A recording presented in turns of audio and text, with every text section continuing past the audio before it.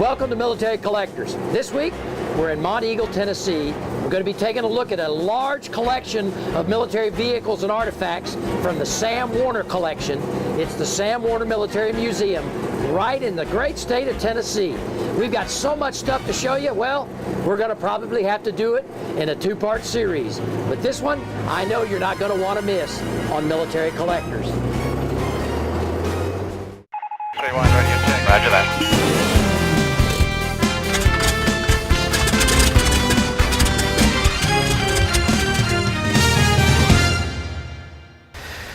On this week's Military Collectors, we are in the midst of an over 70-year collection, and we're going to feature and show you exactly what 70 years of collecting military surplus actually looks like. It's almost all but gone now, but this very site that we're on housed hundreds of thousands of military vehicles, parts, you name it, from World War I, World War II, on up even into present day. And I'm going to show you this week exactly what collecting is all about. And joining me is the chairman of the board of the Sam Werner Military Museum Foundation, and that's Parker Lowndes. Parker, thank you so much for sharing this story about Sam Bud Werner, because I will just, you know, people don't actually believe this exists, but it does. Well, welcome to his old home place here, and where he started his collection many years ago. We are very proud to have you all here and excited to show you what he did over many years and what we're trying to go forward with, and his desire to continue to honor all of our veterans and being a teaching establishment for our youth. Well, you know, Parker, let's take this back about 70 years when Sam was he was in his 20s. Okay, Tracy City, Tennessee is known for its logging, and basically that's how it came to be here. Just right now, current day, off I-24, a few minutes. But tell us, picture and take us back a little bit about what Bud was doing back during those early years. Well, when the family originally moved here, they were in the logging business, and they logged all over the top of this mountain. In fact, on this site there are still some beautiful old steam engines, part of the old sawmill that was here, and they set up and worked a lot of the community in this local area doing logging throughout these mountains. Well, then let's take it forward. Okay, so part of the whole deal here is logging needs trucks. So then how did all this get here then? Right. As we walk around this facility, you'll see that some of the old pieces that came out, some of the old white trucks that we know of years gone by being Liberty trucks, are still here. There's still some chain-driven trucks here. We have one in the museum that we are trying to preserve and carry forward. And then on up through the sand and coal business, they continue to buy like deuce and a halves to be working vehicles here. Today you'll still see a lot of old deuce and a halves bringing sand, rock, and stone out for new houses that are being built in the local area.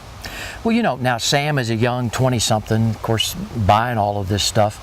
What, would he just go around at different sites, military bases, and buy up the surplus and then bring it here? He did. We would, I grew up knowing him as a young man, and he would bring back vehicles here, and on the weekends when I would come up, we'd be unloading truck after truck of things that he would store in this very field, very similar to what you see stacked up behind us here. And he collected things for many years, and what he collected then was like what we'd be collecting today, but over the last 50 or 60 years, you just can't find that stuff anymore. And so we have a lot of interesting things that we're still digging out of this very site. Well, now Sam's passing, he passed in 2010? Yes. Okay, and so from that, then his home site here, you guys are kind of repatriating some of this, yes, going to the museum, you're putting it in there. What do you do with the rest of the collection? Are you going to continue to liquidate some of it to help run the museum? Yes, what we want to do is we're going through right now inventorying what we have, and then as we move forward, any things that we have that are, you know, duplicates that we can then maybe swap with other interesting pieces to help the museum, and or, you know, sell to help, you know, the museum go and survive over the many years to come. Well, one final thing, because I can't wait to get to the museum, and folks, listen, when you go along with us, we're going to take a look at some of these trailers and stuff with thousands of items of things that Sam collected. And you know, again, I know he was a veteran as well, but he was a very eccentric guy. And you know, those kind of folks just kind of blend into the community, and that's what they do. Yes. All right, well, let's go look and see what we can show you on the museum side of the world. Let's do it, Parker. Thank you.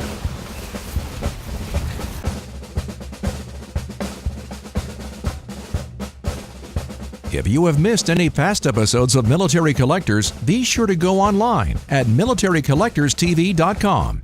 And you can see not only past episodes, but also read in-depth features on the people and their passion of their military collections. I'm a little bit country. And I'm a little bit rock and roll. I'm a little bit of Memphis and Nashville. With a little bit of Motown in my soul. I don't know if it's good or bad. But I know I love it so. With a little bit of country, and a little bit of rock and roll. The all-new Chevy Silverado. It's a little bit country, and it's a little bit rock and roll. Every soldier's training is the same, but their story is their own. From the fields of Gettysburg to the tanks rolling across the sands of Kuwait, the story of the mounted soldier is a story of mobility, speed, and the historic power to shift the mighty tides of war. The National Armor and Cavalry Heritage Foundation is asking for your help in keeping the legacy of the United States Armor and Cavalry and telling the stories for many years to come. For 50 years, Ranger Boats has been paying tribute to America's armed forces and their families, not only in the United States, but those men and women who serve all over the world. At Ranger Boats, we appreciate the dedication that these men and women do each and every day, protecting and preserving the very foundations of our freedom. Ranger Boats wants to give back to America's real heroes with our Operation Troop Salute program. For more information, visit rangerboats.com today. If you are interested in preserving and collecting military vehicles, whether you're a military veteran or just have a love for military vehicles in general, then you may be interested in joining the Military Vehicle Preservation Association. The MVPA is dedicated to providing an international organization for military vehicle enthusiasts. For more information and all the benefits a member receives with joining the Military Vehicle Preservation Association, go online at mvpa.org. Roger that.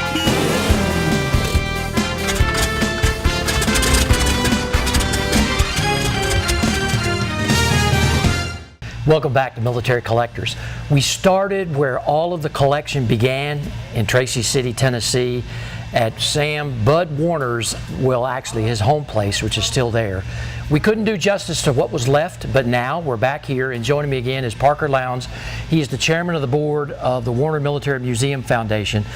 And you know, Parker, I've got to ask you, okay, we've come from Sam's lot, Yes. what's left of it, and there's still a lot of stuff over there, okay, now to this beautiful place that Sam wanted you all to establish as a foundation. Tell me about how you started this. All right. Well, when Sam passed away, he had asked several of us to be on a board of directors for him to start a military museum with his name, but to honor all veterans and to be a teaching establishment for our younger generations.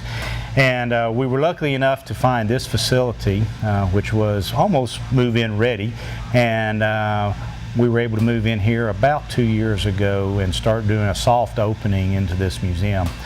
We currently have almost 70 vehicles in this facility now and are bringing more in every week as we're collecting and moving them over from the old site we were just at there in Tracy City. Well, you know, I think one of the things that's so unique is Sam he was a hoarder.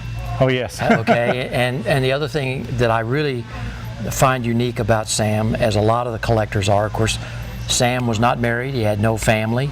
This was his family, this was his life. Right. And so, of course, they started with logging and doing all that, and then he ended up here with all of this military. Now, did Sam serve in the military? He did. He actually served during Korea and was a dentist, believe it or not, or worked in the dentist profession in the military, and came out and then ended up with all these Jeeps and trucks and tanks that you see in this facility today.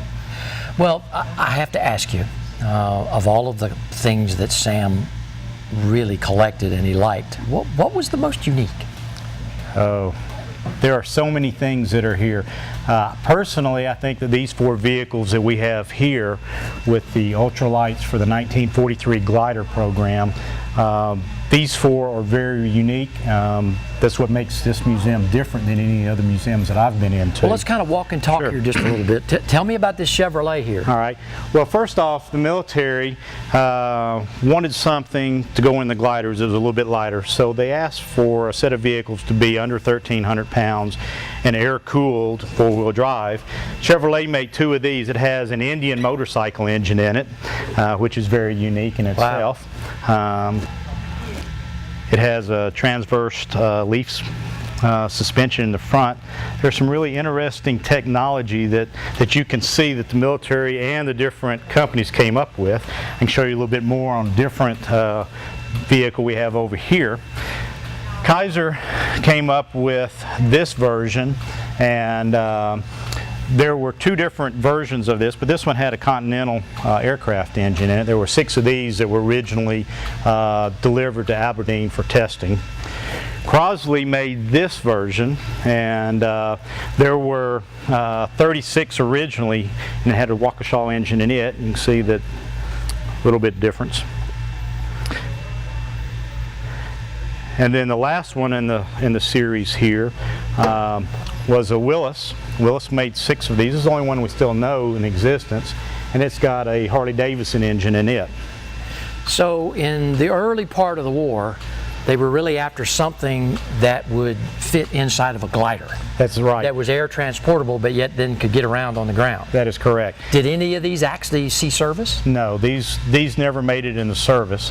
And I have some pictures that we have in one of our displays over here from Camp Forest during the 1943 maneuvers, where they actually had the full-size Jeeps inside the gliders. And they went on in with that series, you know, of course, when we jumped over into Europe. Wow. Do you think Sam is watching you guys now? Do you think he's proud of what you guys have established for him? Oh, I think he's very proud of everything. There's been a lot of hard work. We have a lot of volunteers who were his friends for many years.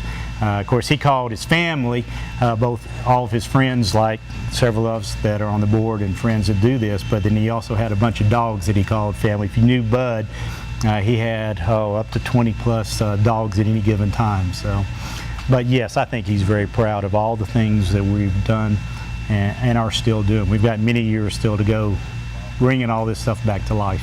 Well, you've certainly got a great collection here, and it's just one of those things that I appreciate you sharing with military collectors this week. And so if folks would like to come visit, okay, you guys, after 8 years of establishing this place, you now started to open it to the public. Right. We opened in May of last year with a soft opening, and we are currently opening on Fridays and Saturdays, also by appointment. We have a website, which is wernermilitarymuseum.com, and we have a Facebook page, so you can find us and contact us. You can watch us as we do different activities and share those on both of those sites. Well, folks, listen, when Military Collectors comes back, we're going to be talking about some other very unique things that Sam collected in all of those containers and that place where we started the show today, where Sam began his collection over 60 to 70 years ago. Take a moment to think about the food you buy and eat. Is it fresh? I mean really fresh. Or is it shipped from a grower hundreds or even thousands of miles away? Well, here in South Carolina, we celebrate fresh, locally grown food and unforgettable meals with family and friends. So, choose food that's rooted right here. Choose certified SC grown. It's a matter of taste.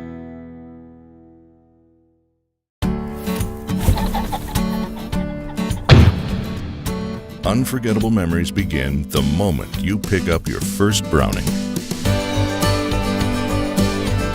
With unmatched security, fire protection, and storage options, Browning will be with you through a lifetime, protecting your guns and all the cherished memories you make with them. Keep your Browning memories safe. and a little bit country. And I'm a little bit rock and roll. I'm a little bit of Memphis and Nashville. With a little bit of Motown in my soul. I don't know if it's good or bad. But I know I love it so. Give a little bit of country, and a little bit of rock and roll. The all-new Chevy Silverado. It's a little bit country, and it's a little bit rock and roll. Roger that.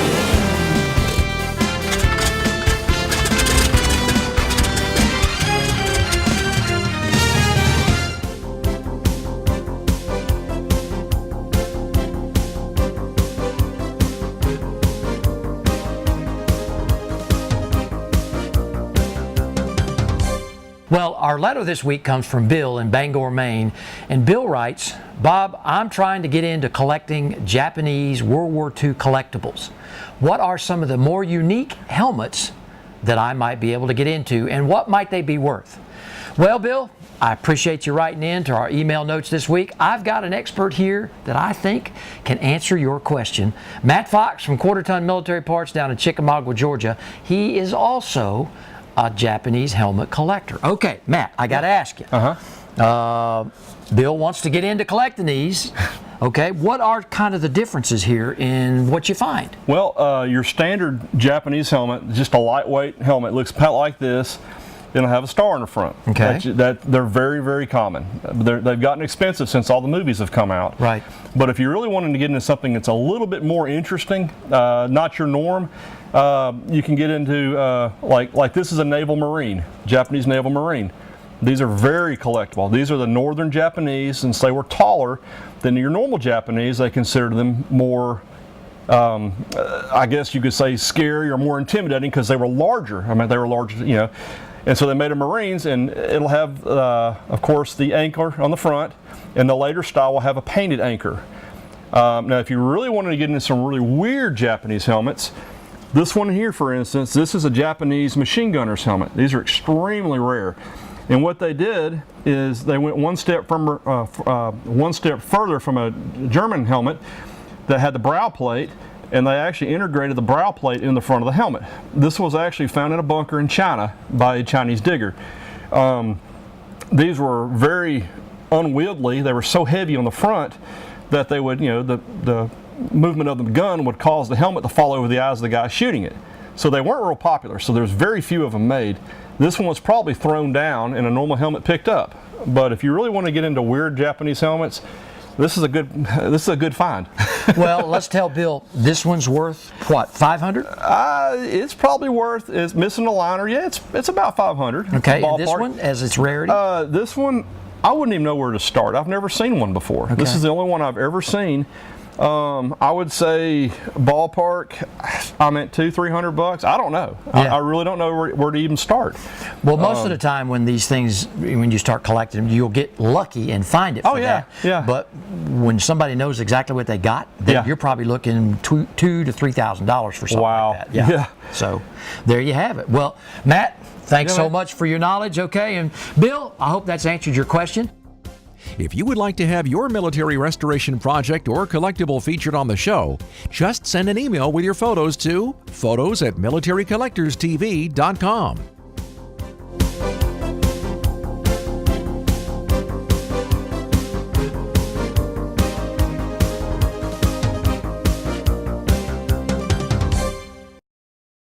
For 50 years, Ranger Boats has been paying tribute to America's armed forces and their families, not only in the United States, but those men and women who serve all over the world. At Ranger Boats, we appreciate the dedication that these men and women do each and every day, protecting and preserving the very foundations of our freedom. Ranger Boats wants to give back to America's real heroes with our Operation Troop Salute program. For more information, visit rangerboats.com today.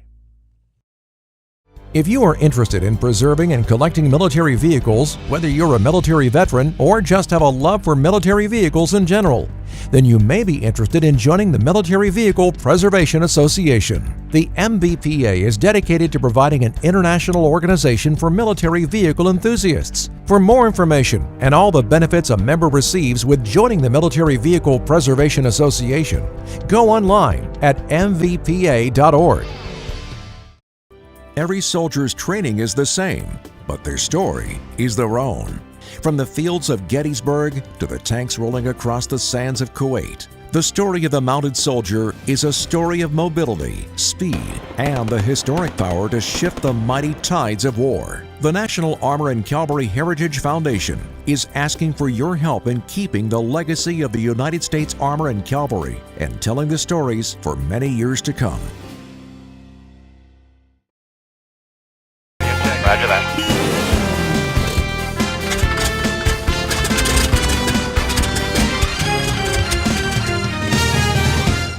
Well, welcome back to Monteagle, Tennessee, here at the Sam Werner Military Museum.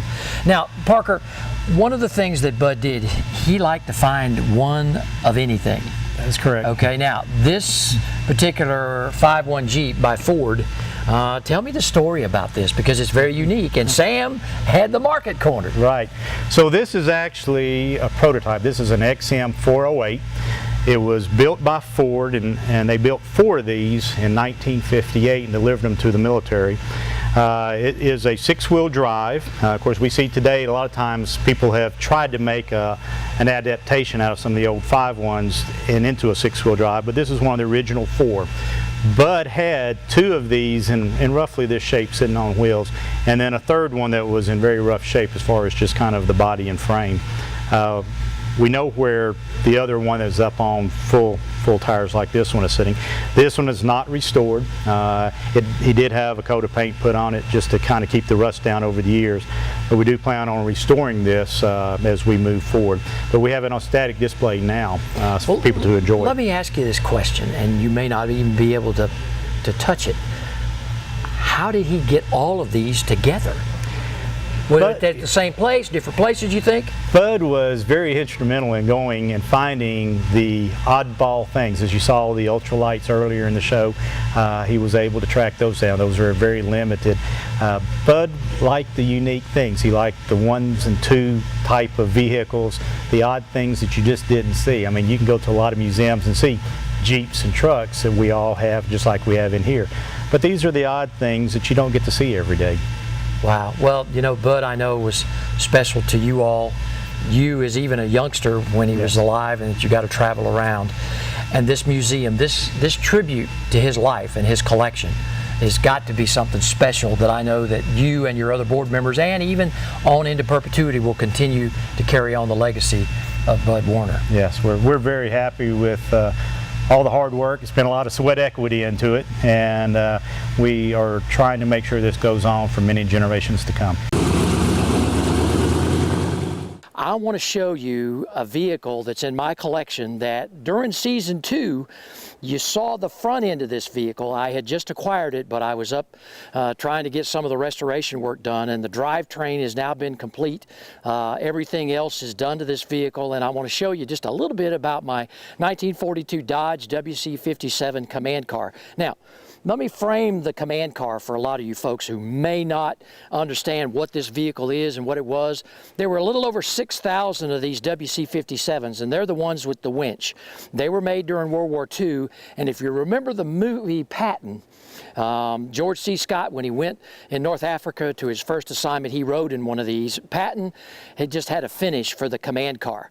The command car kind of fell out of grace merely because the enemy used to ID it, because they knew that there were high-level ranking officers or high-level staff in those vehicles, and they'd bomb them first. So anyway, I was lucky to acquire this vehicle several years ago.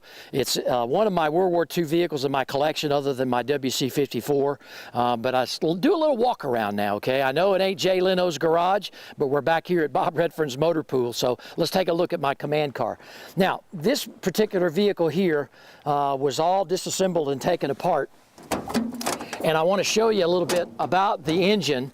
It is a T214 Dodge Flathead 6. This engine is a brand new engine in this vehicle. Everything on it or about it was redone. I had new wiring harness put in complete. The steering gearbox has all been redone, radiator, you name it, it has all been redone in here. Now, for a lot of you purists out there, you would think that the original transmission that these came with should go back in them. But if you want to drive them, and many of you folks who are military collectors out there know what a synchronized transmission is and what it's not. So, what I had was I took the transmission out of an M37, which is a truck made by Dodge in 1952 and up through 1969. I took the power transfer case and the transmission that was synchronized and had it retrofitted into this vehicle. So when you drive it, you're not grinding gears and doing all those kinds of things. So those are just a couple of things. All of the drivetrain was redone, all of the bearings, all of the seals, everything that had something that moved had been replaced on this.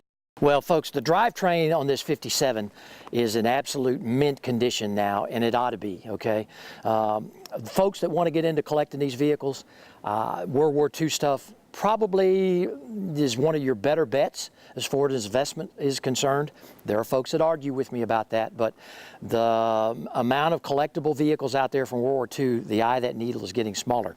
I did put, the canvas has been installed on these, the canvas doors. Driving it in the winter is a big deal. And so I've retrofitted it with new reproduction canvas doors. Now you'll see that the body work is not complete. On this, I didn't do it back to what I would call pristine concours condition. There are some dents and stuff, and that's okay. It shows that this is a motor pool ready, parade ready collectible vehicle, but because of its rarity, and they estimate there's probably less than 150 to 200 of these left on the road by talking to some of the experts. The WC-57 Dodge Command Car, again, is one of the most collectible of the World War II vehicles. There are a lot of others, and a lot of other folks would argue with me, not just because I have one, but I will tell you that this particular vehicle, they just didn't have that many made, and there's not that many left. Well, I'd like to thank each and everybody again up at the Sam Werner Military Museum in Monteagle, Tennessee. Military Collectors is so honored. It's a privilege to be around such great Americans who are preserving history. If you want to know more about the Sam Werner Military Museum, log on to militarycollectorstv.com and you can go up there, pay them a visit. I know they'd enjoy it. Well, until next week, we'll see you right back here on another episode of Military Collectors.